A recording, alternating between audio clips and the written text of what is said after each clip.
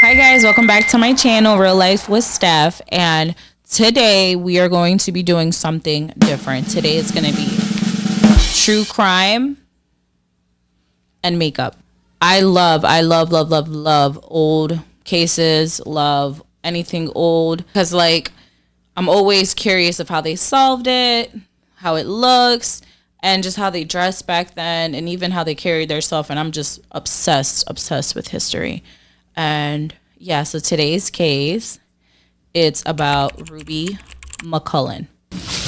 It took me so long to upload and post this because I had to make sure like, I'm like taking notes. I'm out here doing essays. But before I start, also, allegedly, I'm telling the story. I don't know any of these people. This is stuff that I Googled, that I watched. So, yeah, allegedly speaking. Ruby McCullen was born in August 31, 1909. And she was born in, if I'm saying it wrong, I can't pronounce ish, but she was born in Zuber, Florida. She was the first daughter out of 6 siblings, and her mother was named Gertrude and her dad was named William. She was raised in a suburb in Florida. Her parents were farmers, and they realized that Ruby was really smart, so they wanted to get her into a private school where she would learn to be a teacher. That's all I could find about her, like on her early years. So fast forward, and Ruby is now 19 years old, and she's in church where she met Sam. So Sam McCullen had a thriving business. He was a farmer, and he had the biggest plot of land in his county, and I want to say it's Suwannee County, but don't quote me. 1931, Ruby married Sam. Remember how I told you how they met in the church, and they eventually they got married. I'm gonna introduce somebody else. I already introduced Ruby and Sam. Now I want to introduce Dr. Leroy Adams. And Dr. Leroy Adams was a white physician, and he was also a state senator and a politician. So he was probably the only white doctor in town that would treat black and white patients. He had a black and white waiting room in his office, and he would treat his patients. He came in, and he was well known as a shot doctor.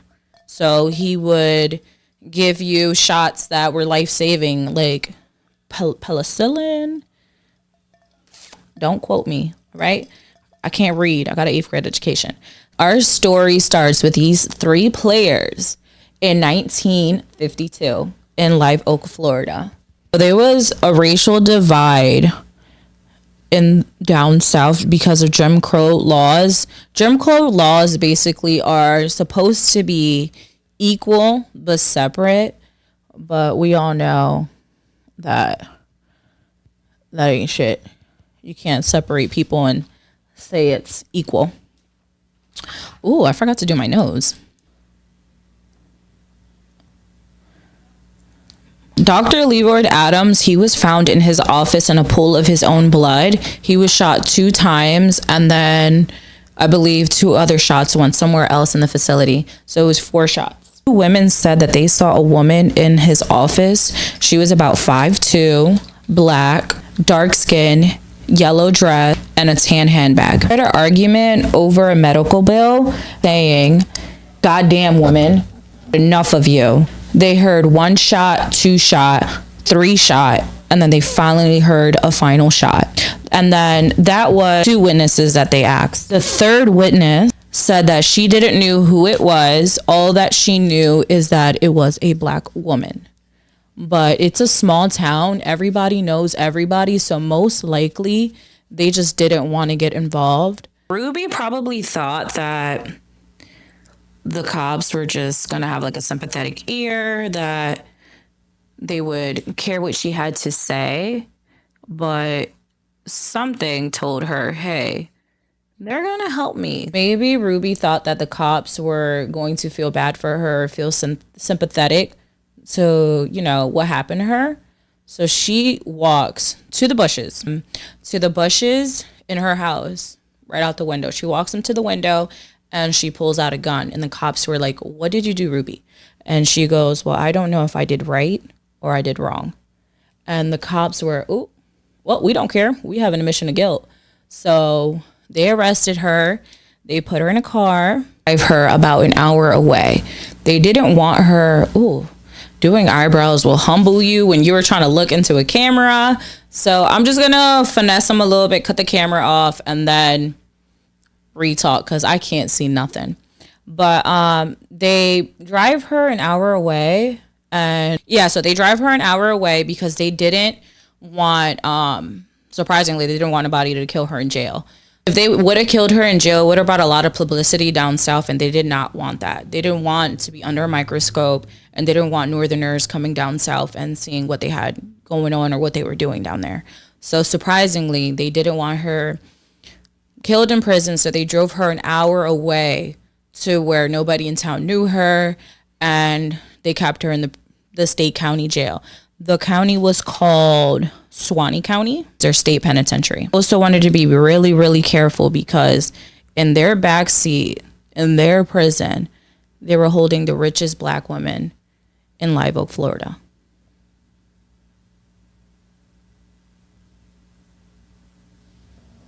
Oh yeah, I can't do it. Look. I'm gonna get the camera off. I'll be right back.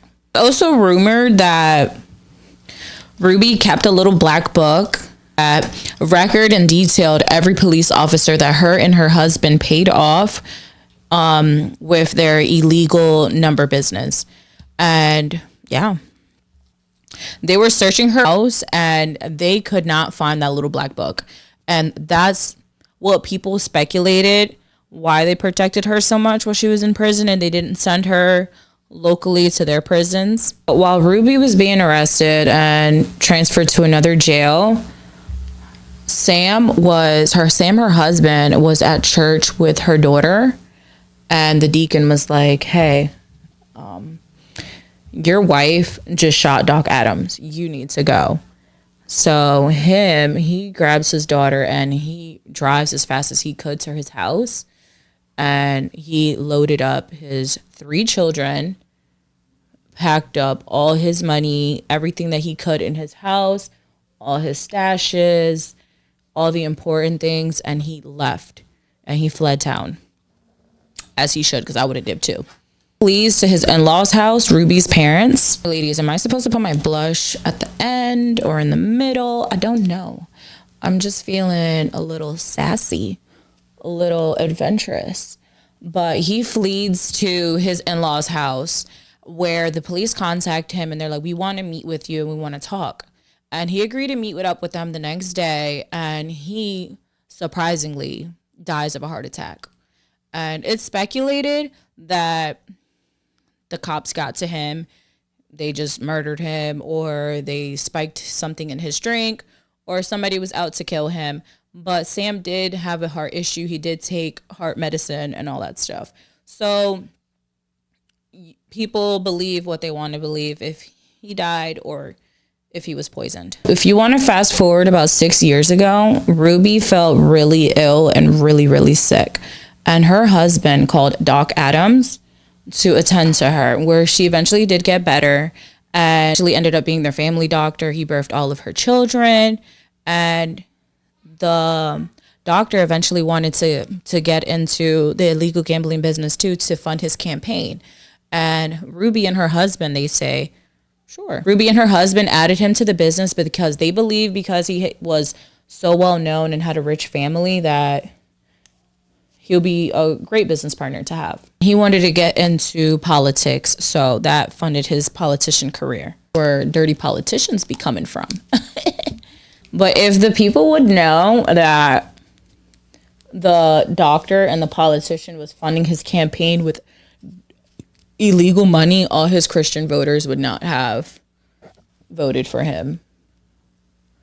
Because, That's illegal. And morals. We have to have morals now. So Ruby was allowed to talk to her family friend who was a lawyer. And one day, she was kept in prison for weeks. One day, family friend finds her laying on the prison floor in her cell in a pool of blood. And Ruby had miscarried her baby. Ruby was 3 months pregnant. And when her attorney was talking to her and trying to get her help, she told him, this is Doc Adams' baby, and this isn't my first child to him. Allegedly, 5 to 6 years ago, Sam, her husband, was having an affair with a school teacher, and Ruby ignored it. So just pay attention to that. You're gonna hear about that later on. 5, 6 years ago, Sam wasn't home.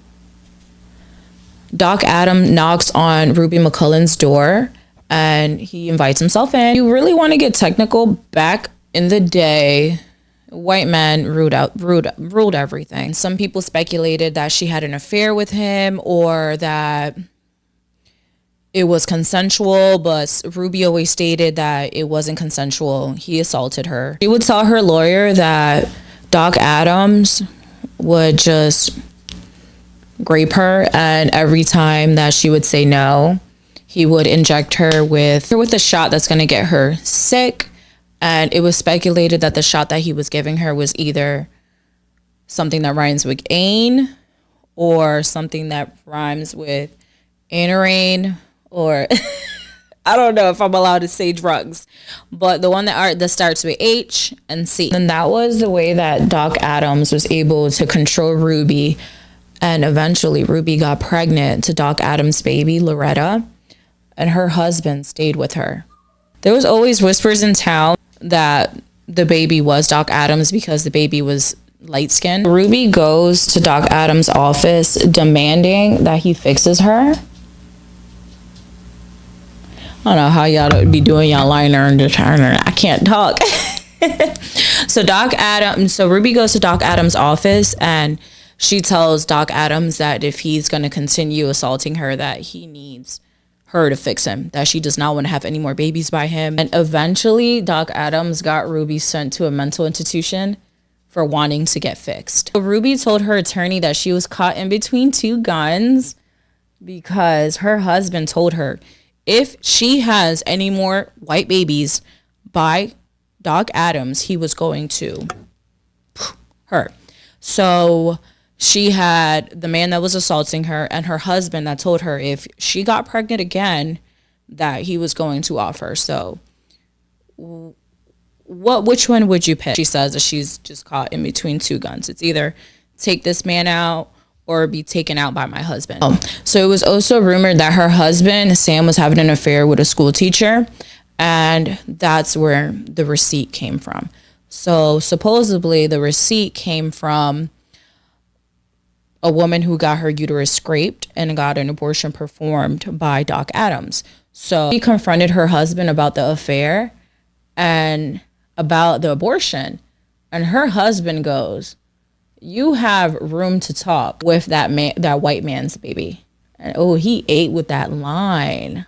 Ruby found out that she was pregnant and by Doc Adams, and she continued to ask him to fix her. Said, I'm pregnant. I need you to perform an abortion on me because you did it on this woman. Why won't you do it on me? Doc Adam tells her that if she kills one of his babies, that he will kill her. So she has the doctor performing an abortion on her husband's mistress, won't do it on her, forced to carry his kid and keep getting assaulted. And then she has her husband threatening if he finds out that he's going to take her out. She was like really on the edge. Like she was going to snap. We took it to trial, and her trial consists of 12 white jury members, and they were all Doc Adams patients and they knew him. So yeah, that's fair.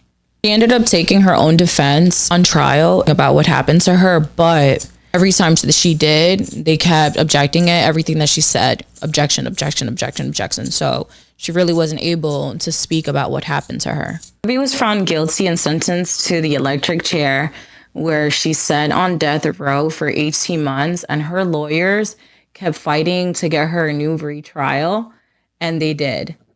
So they won. When the second trial was about to begin, Ruby was declared mentally unstable. So sending her to the electric chair would have been scandalous, like I was speaking about earlier. And it would bring people from up north to the south. So she was sentenced to life in a mental institution. Like that's any better. I'm going to do my eyeliner and I'm going to pause real quick because I cannot. I need to look. I'm going to get myself a little mirror so I can just do it right in front of me. But I can't do it right here. My eyeliner is not the best, but like I said, I can't see nothing. We're going to attempt to put on lashes as I'm speaking. We'll see how that goes. She was sentenced to a mental institution where she would receive Thorazine, right? Thorazine. I think I said it right. She was given occasional shock therapy. In 1974, Ruby McCullen. Oh, snap. She was released from Florida State Mental Institution. She said by the time that she got out, she had no memory about what happened to her and the events surrounding Dr. Adams' death. And I'm pretty sure that that's from that occasional shock therapy that she was getting. And in 1992, I'm like struggling with this freaking glue. I'm almost done with the story. Whoa. In 1992, Ruby died of a stroke. Yeah. While living in a nursing home. She was 82 years old. So, yeah, there's that. Sorry. History. It's never happy. Oh, man. Yeah, I almost poked my eye out trying to do my lashes. Ruby McCullen's story is very important to tell because she was a victim, she was a survivor, and she was a millionaire, and she achieved so much. A mother, she was a wife, she was a great business owner. Cheers.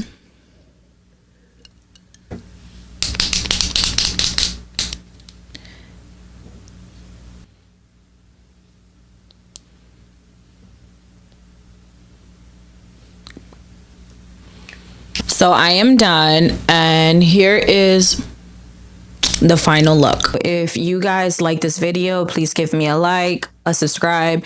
If you guys have any recommendations for another case, please leave it down below. Let me go ahead and take this off and style my hair a little bit.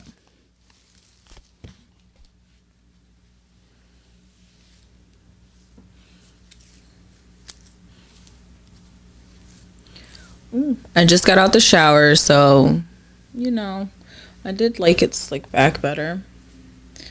Probably just put some product in it when I'm ready to go out, but she's giving. Bye, guys. Till next time.